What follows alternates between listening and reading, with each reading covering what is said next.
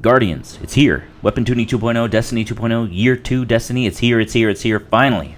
We've been waiting for so long, the hype is real, and you know what?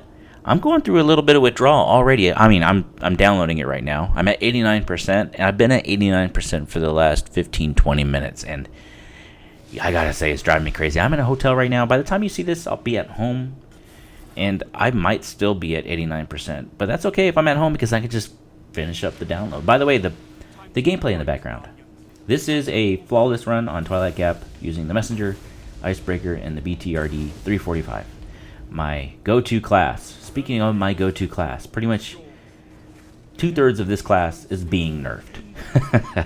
And that's what I'm here to talk about today while you watch me go flawless 18-0, spoiler alert, is how I was really excited about Weapon Tuning 2.0 when it was all just text without any real numbers. But now that I've seen with the quasi patch notes that have been released on Bungie.com, I'm not as excited as I was.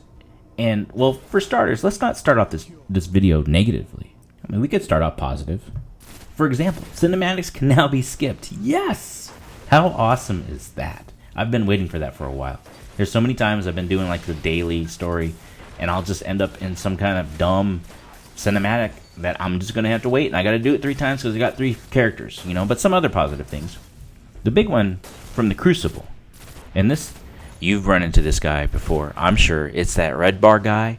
You can't kill him. He's invincible because he's red bar, and his packets aren't getting sent the same way everybody else is. Well, they've improved damage validation systems to reduce the effectiveness of players with extreme lag. I like how they call them effective. They're not really effective.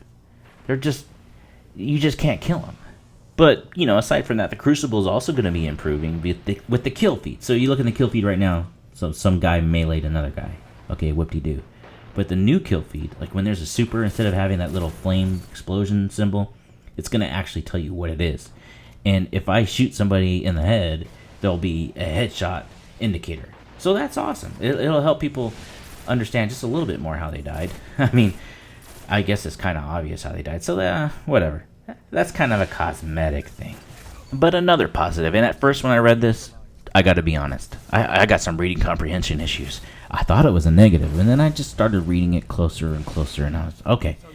Burns. Arc burn, void burn, solar burn. You remember the burns, right? You're running a Nightfall. It's on that one strike that you absolutely hate, right?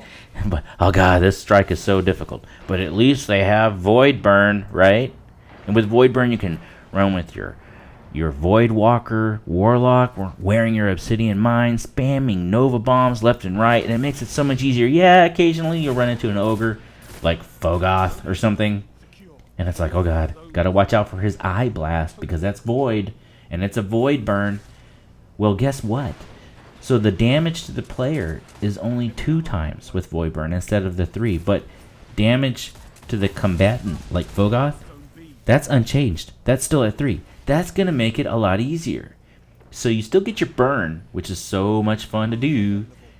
Like, you feel like a beast when you're doing it.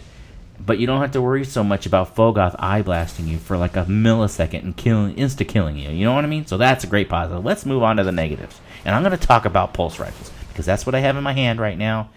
Yeah, I also have an icebreaker that I use. I don't really care much about the icebreaker. I don't care much because I've known about that. I've come to grips with it. I'm okay. I'm moving on. Let's talk about these pulse rifles. There, I just did a 2 burst at distance. This is my Messenger. High impact, low rate of fire weapon. And I know these weapons are overpowered, but I didn't know that Bungie knew. I guess they knew. They're the guys that make the game. Of course they know. But I was planning on them not nerfing them, and it appears as if they have. And let me read the patch notes section that talks about what I'm talking about with the nerf. Now we all knew before this patch came out that medium rate of fire pulse rifle damage was going to be reduced by 2.5%, with the rate of fire slightly increased. But what we didn't know, and this is what we found out today, that all stable low recoil pulse rifles like the Hopscotch Pilgrim will now use the medium rate of fire base stats. And that's listed before what we already knew. So what does that mean? Does that mean the Hopscotch Pilgrim will no longer be a 2-burst weapon unless you are aiming really, really, really well and get all of your burst into the head? Like, what does that mean? Did they nerf my messenger? Is that considered a stable, low recoil pulse rifle? They only gave the Hopscotch Pilgrim as an example. The the spare change .25, that's not very stable. Red Death, that's not very stable either, and it's got a slightly higher rate of fire. So is that considered a medium rate of fire? You go down to Red Death, and it tells you some more information under the exotic weapons. Red Death, stability increased to compensate for global pulse rifle changes. Okay, cool. Fixed an issue where rate of fire and impact stats were displayed incorrectly. Stat values were not changed. They're only changes to UI. So what does that really mean? Does that mean the Red Death? Seriously, the Red Death with your normal original loadout, does that mean it's the same rate of fire and same impact as the Messenger and Hopscotch? With aggressive ballistics, the impact is actually higher? My mind is blown right now. That makes it so that the Red Death has the highest impact for pulse rifles. And I should be using it with aggressive ballistics, of course. This is a game changer. One of the other things they said about Red Death is that the stability was increased because of across-the-board pulse rifle changes. Well, let's go back to the across-the-board pulse rifle changes. Base stability reduced slightly.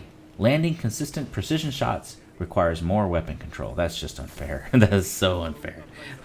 Oh man, they took the weapon that I love to use, that I admit is very OP, but it still requires a high skill gap to use it.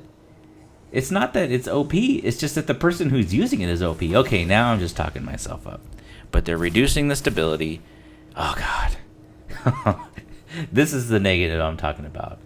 I thought they were going to leave the Messenger and Hopscotch Pilgrim alone, and all pulse rifles, except for the medium rate of fire ones. And it turns out they're not. So, the number one pulse rifle in the game, right now, it's a battle between the Messenger and the Hopscotch Pilgrim. And those, apparently, if I read the patch notes correctly, are going to have a base damage reduction by 2.5%. That's not cool.